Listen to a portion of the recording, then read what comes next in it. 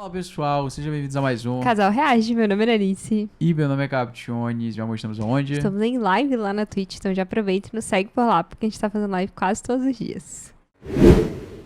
Estamos trazendo aqui mais um vídeo do canal Mangaque, né? A gente trouxe já alguns vídeos dele sobre o One Piece, a sim. história de Guts e Berserk, a Era de Ouro e clipes explicados, nasce o Espadachim Negro. Já sou inscrito, vou deixar o meu like. Já aproveita, se inscreva no nosso canal se você não for inscrito e deixe seu like. Vídeo aí que eu ouvi falar que é pesado. É, nos avisaram que ele era pesado. Ele seria É pesado. que Berserk já Berserk é já bem é pesado, pesado, né? né? Tipo, Então é uma coisa leve. Assim, vamos ver se vai vir alguma coisa que a gente já não saiba, né? Talvez venha, né? Que talvez vai explicar em mais detalhes. Mas vamos lá. 3, 2, 1, Gol. gol.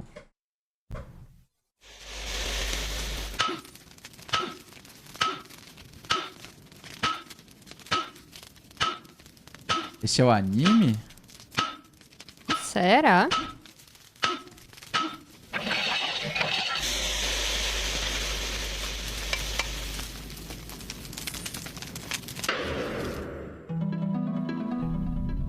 Neste mundo, o destino da humanidade é ser controlada por alguma entidade ou lei superior.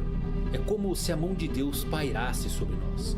E ao menos uma coisa é verdade: o homem não tem controle nem mesmo sobre a sua própria vontade. Caralho.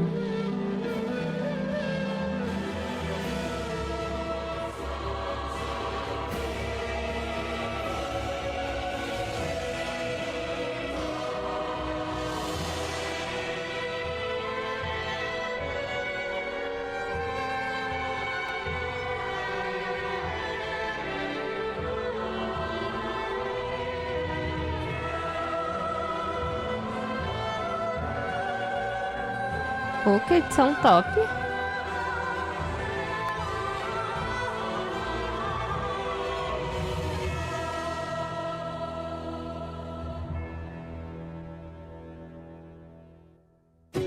O Reino de Midland e o Império Tudor travam uma guerra entre si por aproximadamente 100 anos. Entre derrotas e vitórias para ambos os lados, exércitos de mercenários se tornam mais proeminentes nos campos de batalha. Se houvesse uma batalha e um pagamento por ela, certamente um exército independente estaria lá. Dentre tantas pessoas que caminharam por esses campos de guerra, um homem levanta sua espada para proteger suas pequenas feridas que carrega em seu coração. Esse homem usa a espada para morrer com um sorriso no seu rosto, mas em um dia distante, além dos seus sonhos, um dia distante, além de suas memórias, sua jornada começa quando ele vem ao mundo. Ainda sem nome, Guts nasceu do cadáver de sua mãe que foi enforcada e pendurada em uma árvore, onde ele foi deixado para morrer sozinho em um berço de solidão, lama e sangue. Assim são as linhas do destino e da causalidade. É impossível fugir dela, mas Guts, ainda bebê, contrariou isso. Imaginem que o destino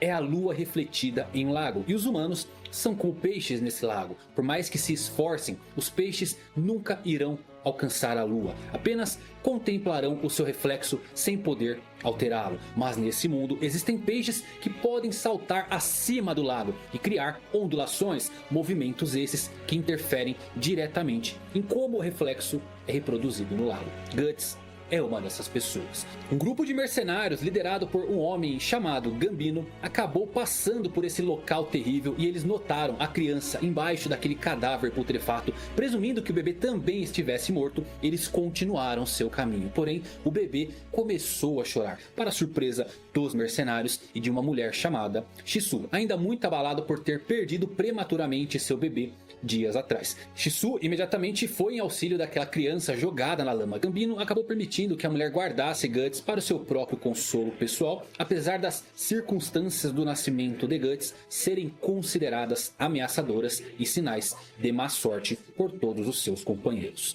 Tu nasceste de um cadáver e emergiste da lama. Tu é aquele que principiou do fim. És o mais próximo da morte e por isso mesmo possuis habilidades para dela escapar. Resistas, desafies, enfrentes. Essas são as únicas armas daquele que luta contra a morte. Não te esqueças jamais, quando estiveres à beira do desespero, apenas os que se levantarem com espada em punho, mesmo que partida ao meio, se salvarão. 3 anos depois, a mãe adotiva de Guts contraiu a peste e morreu dolorosamente. Enquanto Nossa. Guts, ainda criança, assistia tudo sem poder fazer nada, nem mesmo dar a Deus a única pessoa que o amou até ali. Sob a tutela de Gambino, Guts começou a aperfeiçoar a sua esgrima aos 6 anos de idade e acabou ingressando no bando de mercenários 3 anos após isso, encarando o seu líder como uma figura paterna. Porém, na noite seguinte ao primeiro conflito de Guts nos campos de batalha, ele encararia uma luta que causaria cicatrizes por toda a sua vida. Um mercenário chamado Donovan o emboscou e o violou em sua tenda, revelando que comprou o menino por uma noite, e esse valor foi pago ao próprio Gambino, aquele que Guts considerou seu pai. Posteriormente, cheio de raiva, ódio e fúria, o jovem mercenário emboscou e confrontou Donovan, o eliminando, recusando-se a acreditar nas declarações incitadas sobre Gambino feitas por Donovan na noite anterior. Karma é uma deusa vingativa com senso de humor terrível, e um dia nos campos de batalha,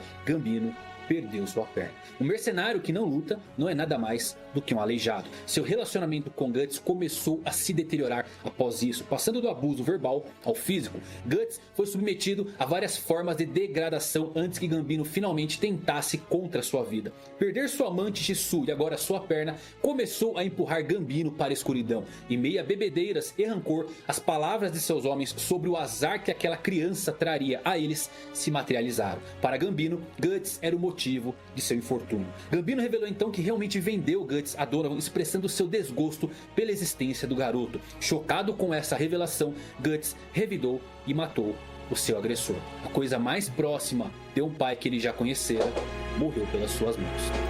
Nossa Eu não sabia que ele tinha sido vendido, velho.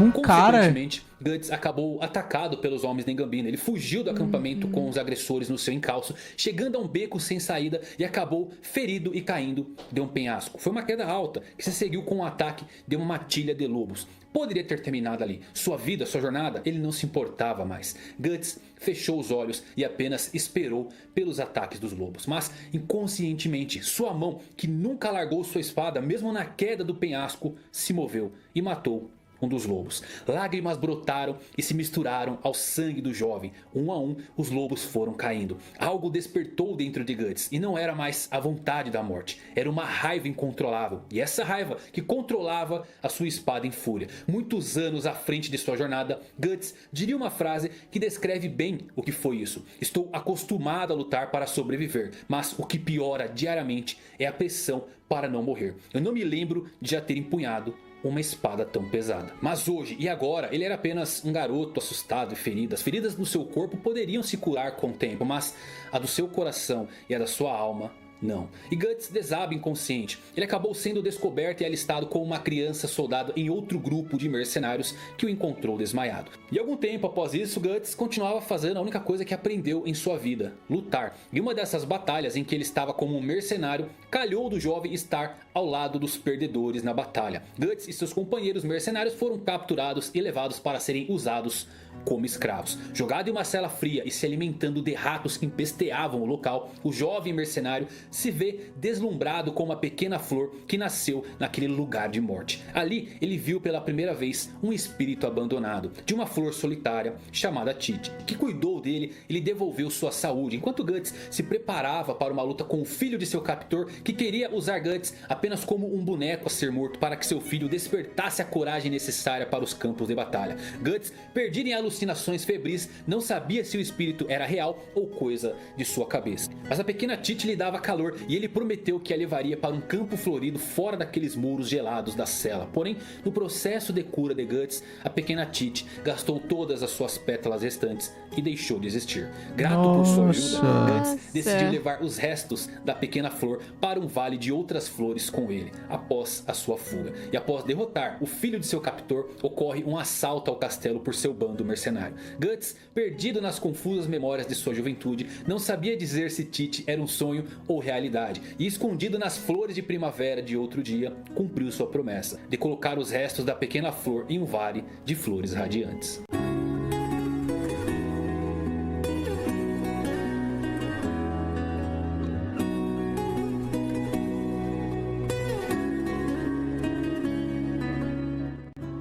Nesse ponto, Guts não tinha sonho ou ambição, mas isso iria mudar sua vida a partir dali, porque sonhos Todos os homens têm sonho, todo homem deseja perseguir seu sonho, mesmo que isso torture. O sonho dá sentido à vida do ser humano. O grande problema é que todos se deixam levar pela correnteza daquilo chamado destino, para no final acontecer o quê? Desaparecer no mundo, desperdiçando todas as suas vidas, sem ao menos descobrirem o significado de suas existências. Algum tempo após os eventos com o Espírito da Flor, durante o cerco de guarnição militar defendida pelo Bando do Falcão, um grupo de mercenários que vinha ganhando destaque nos campos de batalha, Guts se junta à briga ao lado de um bando de mercenários e acaba derrotando o líder inimigo chamado Bazuzo, diminuindo ali a moral do inimigo e permitindo a captura do forte. Após receber seu pagamento, ele parte sem rumo, mas é atacado por membros do Bando do Falcão, buscando reivindicar sua recompensa e vingança por conta de sua interferência, já que Guts tirou todo o brilho da vitória do bando. Ele despacha facilmente a maioria deles até ser confrontado pelo próprio líder do bando, um homem cheio de ambições chamado Griffith, o Falcão Branco. Griffith tinha, ao contrário de Guts, um sonho. Ele queria ser rei, ele queria o seu próprio reino. Griffith personifica o oposto de Guts. Um é o branco, o outro é o preto. Falcão rapidamente incapacita o espadachim e o leva para o acampamento dos Falcões. Acordando vários dias depois, Guts recebe de Griffith a opção de se juntar ao bando do Falcão, embora ele prontamente se recuse, optando por desafiar Griffith em um duelo. Ele estipula que o Falcão Branco pode reivindicá-lo no advento de derrotá-lo em combate, alimentando um grande interesse em Guts. Griffith concorda com os termos e os dois se envolvem em uma batalha incrível, com o Falcão Branco derrotando o espadachim e recrutando ele como membro oficial do Bando do Falcão. Em 3 anos, Guts é promovido a capitão da cavalaria e por seus inúmeros destaques no campo de batalha, o Bando do Falcão é formalmente recrutado pela coroa de Midland em sua campanha secular contra Tudor. Durante a tomada de uma fortaleza de Tudor, os Falcões se veem uma encruzilhada quando cerca de 50 soldados de Guts são massacrados por um único inimigo enterrado no interior da cidadela. Boatos começam a correr entre os Falcões que dentro desta fortaleza estaria um lendário guerreiro imortal. Farto desses boatos, Guts se aventura na cidadela, onde se depara com o monstruoso Nosferatu Zod. Inicialmente surpreso com a aura avassaladora de seu oponente e intimidado por evitar os golpes de Zod, Guts acaba arriscando sua vida em um único movimento e com isso dá um duro golpe no guerreiro. No entanto, isto apenas empolga mais Zod. Depois de 300 anos, finalmente encontrou um homem capaz de machucá-lo. Posteriormente, Zod assume sua verdadeira forma, se tornando em uma gigantesca e aterradora criatura. Zod era o verdadeiro demônio sem explicação. Petrificado pela transformação de Zod, completamente congelado, sem entender nada, Guts é espancado e quase esmagado pelo monstro. Antes que os esforços de Griffith interfiram, quando Griffith vem ao auxílio de Guts, Zod bloqueia o caminho da fuga dos dois falcões, forçando eles a executar um único movimento de pinça no monstro, no qual os dois causam danos substanciais à besta. Em retaliação, Zod acaba golpeando Griffith e o arremessando em uma coluna, e no momento que ele daria o golpe final no Falcão Branco, algo chamou a atenção de Zod. Griffith portava um pingente peculiar, ao qual ele chamou de berrelite carmesim, o ovo do rei. Zod se vira então para partir do local, mas não sem antes deixar um aviso a Guts. Se você é alguém que esse homem considera como um verdadeiro amigo, é bom que saiba, no momento em que as ambições dele forem frustradas, a morte virá buscar você, uma morte certa, da qual jamais poderá escapar. Após isso, Nosferatu Zod parte do local e Guts olha para o céu sem entender nada do que havia acontecido. Posteriormente, por todos os seus feitos, o Bando do Falcão acaba sendo convidado a atuar como guarda pessoal do rei em uma caçada anual para celebrar a corte. Porém, Griffith e seus homens acabam sendo chamados do lugar do general Julius, que comandava os Cavaleiros do Dragão Branco, o exército de maior renome do reino de Midland. O nome de Griffith era cada vez mais crescente na corte, e isto se tornou uma fagulha de inveja entre os nobres. No meio da caçada, Griffith é atingido por uma flecha perdida, mas evita os ferimentos devido à flecha atingir o seu berrelite. Numa noite depois, Griffith descobriu que Julius era o culpado por trás da tentativa de assassinato e pede a Guts que mate o general em retaliação. O espadachim invade a mansão de Julius no escuro da noite e rapidamente elimina o seu alvo. Quando a porta do quarto do general se abre, Guts, assumindo que fosse um guarda, brande sua espada em direção a essa pessoa.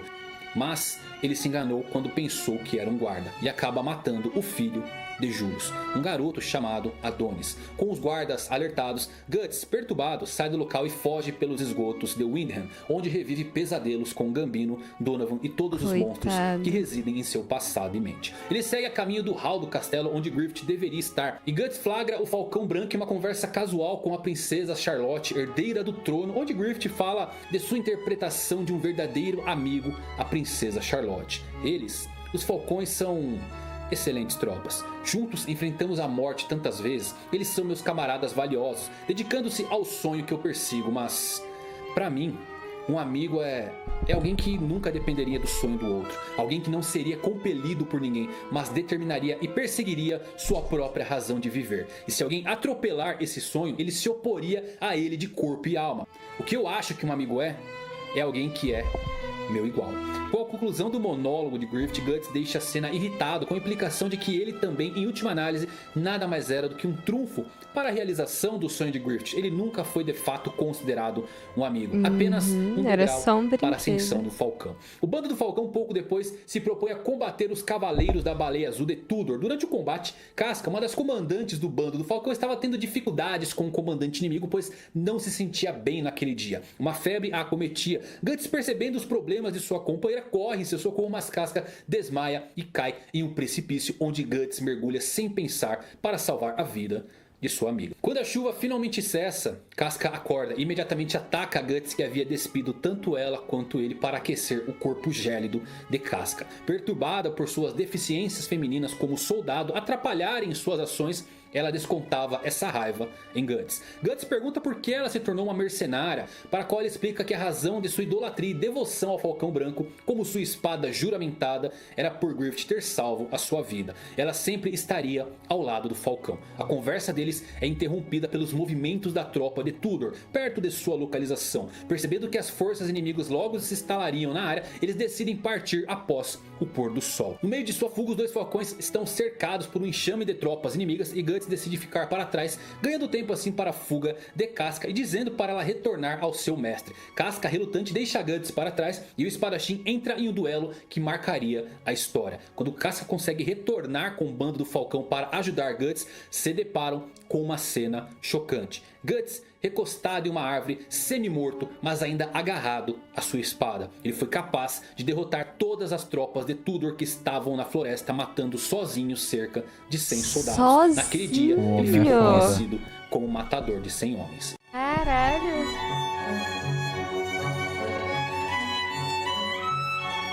Só ele e uma espada. No auge da glória do bando do Falcão, quando por fim eles são nomeados como nobres, deixando de ser um simples exército mercenário e entrando definitivamente para ser um exército real de Midland, Guts toma uma das decisões mais difíceis de sua vida. Ele deixaria o bando do Falcão, pois não queria seguir o sonho de Griffith. Ele queria achar o seu próprio sonho. Ele queria ser um em igual a Griffith, o único homem que ele considerou um amigo na vida. Os olhares das pessoas irão se fixar em alguém cujos sentimentos são iguais às delas, para proteger a sua própria felicidade, para realizar seus próprios sonhos e apenas para sobreviver. Será que haverá algum momento onde alguém possa viver seu próprio sonho sem causar uma ferida no coração de alguém? Griffith não aceitou essa partida. O Falcão Branco ficou confuso pela primeira vez na sua vida. Entre milhares de camaradas e 10 mil inimigos, só você me fez esquecer o meu sonho. Guts não podia ir embora e Griffith mais uma vez o desafia para um duelo, e o vencedor deveria ceder ao desejo do outro, mas dessa vez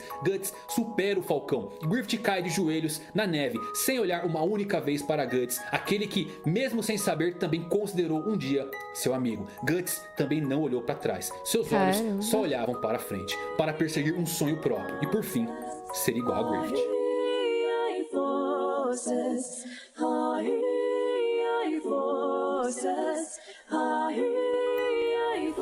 A partida de Guts fez Griffith perceber muitas coisas, que ele não é invencível, que as pessoas podem simplesmente desafiá-lo, que ele não pode possuir pessoas como ele pensa que pode, ele não pode exercer sua vontade sobre todos ao seu redor, mas acima de tudo, Guts o fez perceber que existia alguém lá fora, tão importante para ele que seu sonho de ter um próprio reino quase foi esquecido. Perder seu soldado e amigo mais precioso lança a mente de Griffith em um tumulto. Ele sempre foi tão calmo e frio, não entendia porque a partida de Guts o abalou ao ponto de esquecer o que ele almejava. Perdido na escuridão de sua mente, ele impulsivamente invade o quarto da princesa Charlotte e dorme com ela. Capturado na manhã seguinte e preso por traição contra a Casa Real de Midland, Griffith é condenado a 1 ano de tortura prolongada pelo rei enfurecido de Midland. E o bando do Falcão são consequentemente considerados inimigos do Estado e se tornam foragidos. Guts está em um acampamento improvisado quando recebe a visita de uma entidade tão aterradora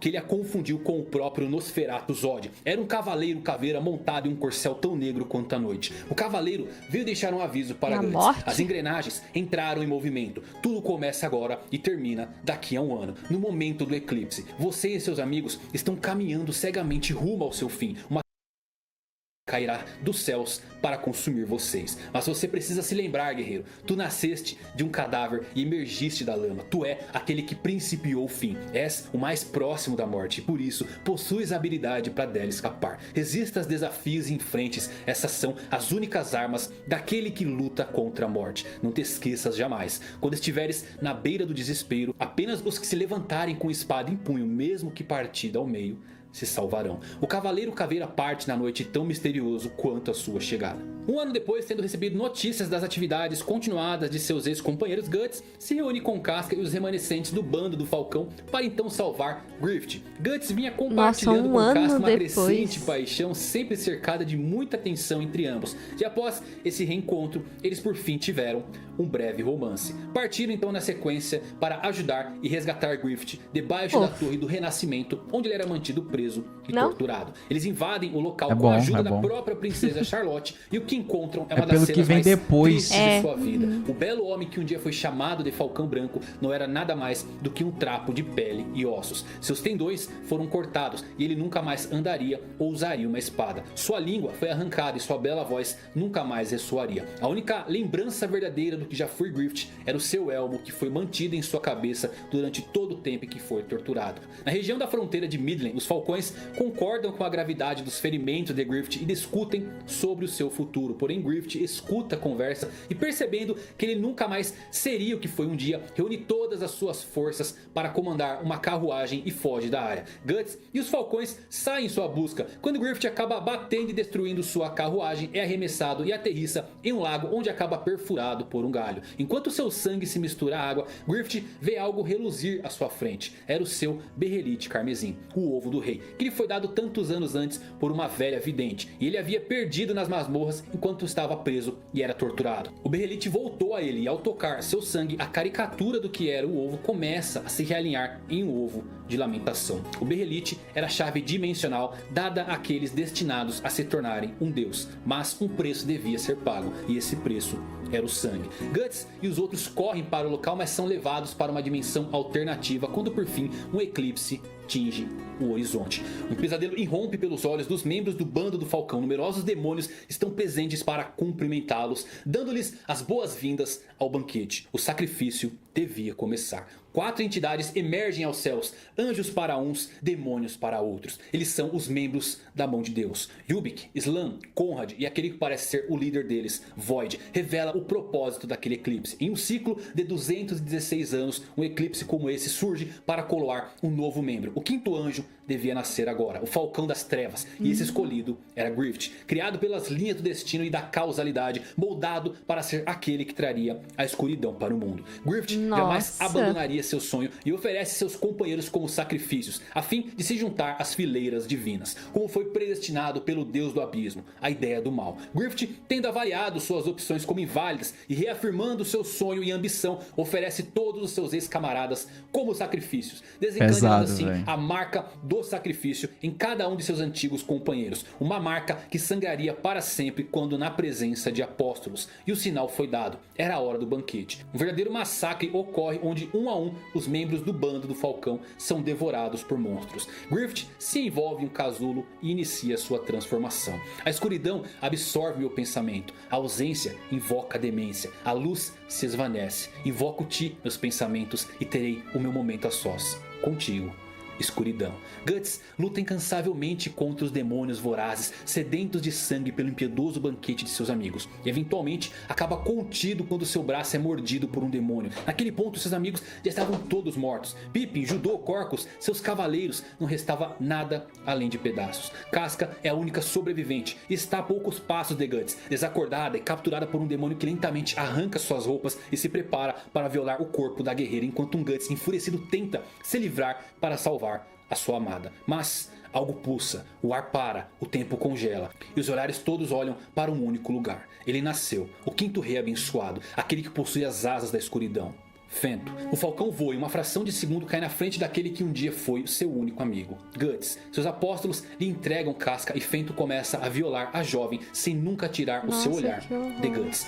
Fento faz isso com Casca por várias razões. Uma delas é a mesma razão pela qual ele se jogou em sua carruagem, para restabelecer o seu domínio. Outra é machucar Guts porque ele ainda o vê como a única coisa que atrapalhou e estragou tudo. Seu mundo ruiu quando ele partiu. Mas há um fator sutil aqui. Fento está tentando provar algo para si mesmo. Ele está tentando se fazer acreditar que passou do que costumava ser e está muito além da versão de si mesmo que poderia ser desviado por coisas como amor e amizade. Fento precisava saber se ainda nutria algo de humano. Guts entra em um estado animalesco de fúria e golpeia seu próprio braço que estava preso na boca de um demônio ao ponto de cortá-lo fora. Mas mesmo depois de cortar seu braço e conseguir se libertar, o lutador é imediatamente preso ao chão e forçado a testemunhar a violação da mulher que ele ama. Enquanto o demônio que prendia lentamente perfura seu olho direito, esta foi a última visão que Guts teve naquele olho. O clímax dessa sequência é interrompida quando o Cavaleiro da Caveira invade a dimensão, escapando dos ataques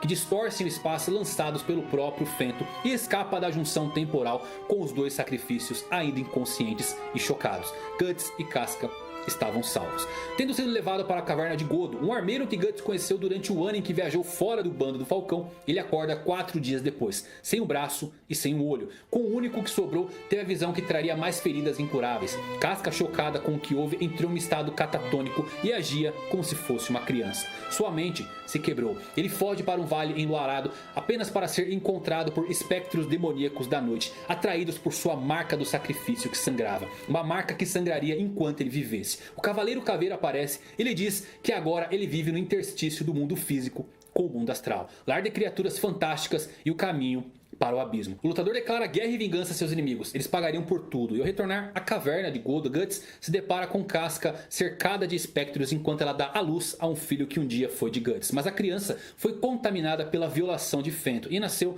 deformada antes de desaparecer no mundo astral ao nascer do sol. Guts promete vingança contra os apóstolos e a mão de Deus. Godo prepara um braço mecânico para ele e lhe entrega algo grande demais para ser chamado de espada, a Dragon Slayer. O ferreiro Godo lhe deixa um último conselho: o ódio é o lugar para onde vai o homem que não é capaz de suportar a tristeza. É impossível esquecer. Aquela foi a última visão do meu olho direito. E para o ódio era exatamente o lugar que Guts mergulharia. Armado com a Dragon Slayer, vestido com um conjunto de armadura e capa preta, Guts embarca em uma guerra pessoal contra seus inimigos jurados. Nascia assim o espadachim negro. A vingança é algo mais escuro que uma mancha de sangue. E a tristeza é uma adaga que é afiada apenas para furar seu coração. Com o passar do tempo, ela se torna ainda mais afiada. E tudo que resta é o poder da lâmina. Seu coração se esvai pelos golpes desferidos. Resta o nada, a raiva, o ódio, o escuro, a besta interior que aguarda o momento certo de apagar toda a luz que lhe queima. Um amigo não deveria só seguir o sonho do outro. Um amigo deveria achar sua própria razão de viver. Guts achou a sua razão, seu sonho: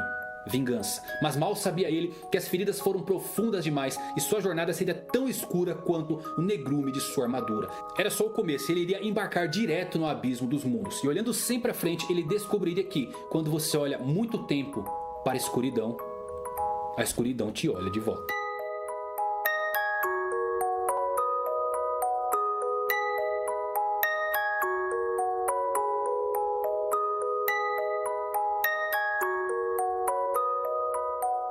E aí tem essa transformação dele, né? De fato, às vezes os homens podem ter essa faceta rude, mas isso não passa de um meio para conquistar e proteger algo que seja muito precioso para eles.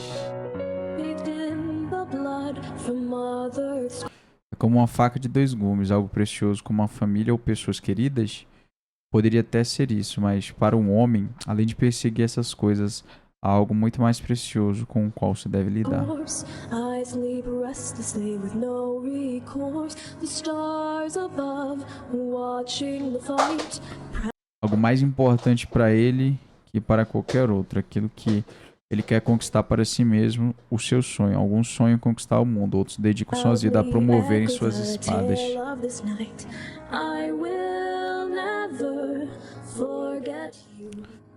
Alguns sonhos são perseguidos por um único homem que dedica sua vida inteira a isso. Outros sonhos são como uma tempestade, devastando vidas e com isso milhares de sonhos de outros homens.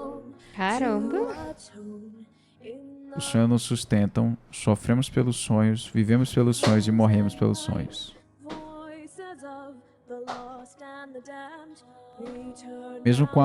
Mesmo os abandonados, eles continuam chamuscando em algum lugar dos nossos corações, provavelmente até o momento da nossa morte.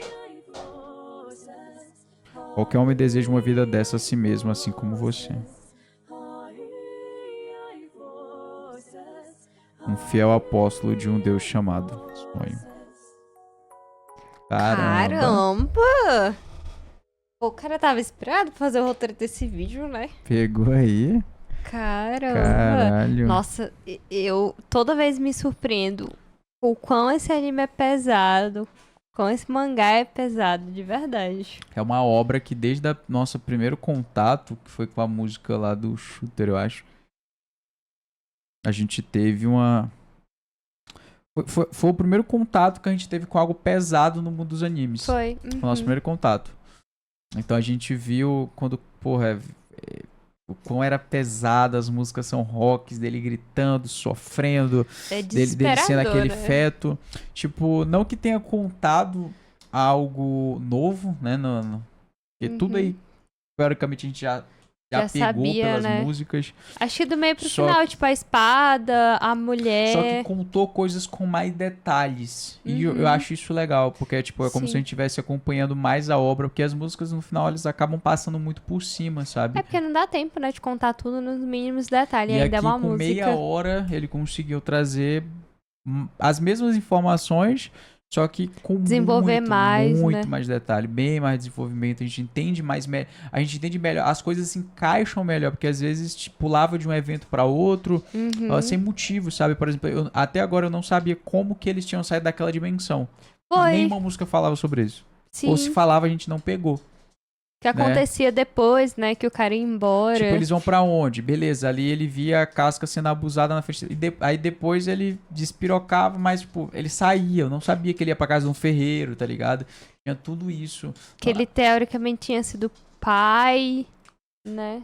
Falou sobre... Teve uma música que falou sobre isso, foi a do Enigma. Ah, é verdade. A do Enigma falou sobre isso daí. E aí eu não sabia daquela florzinha, daquela fada, né, que curou ele. Tipo, então ele vê coisas. É algo que não falou, sabe? E, tipo, não é tão relevante assim. Só que eu acho que faz parte, é uma parada muito massa da obra. Comenta aqui o que você achou, deixa seu like, se inscreve no canal. Assista o nosso próximo vídeo. Até o próximo vídeo. Tchau, tchau.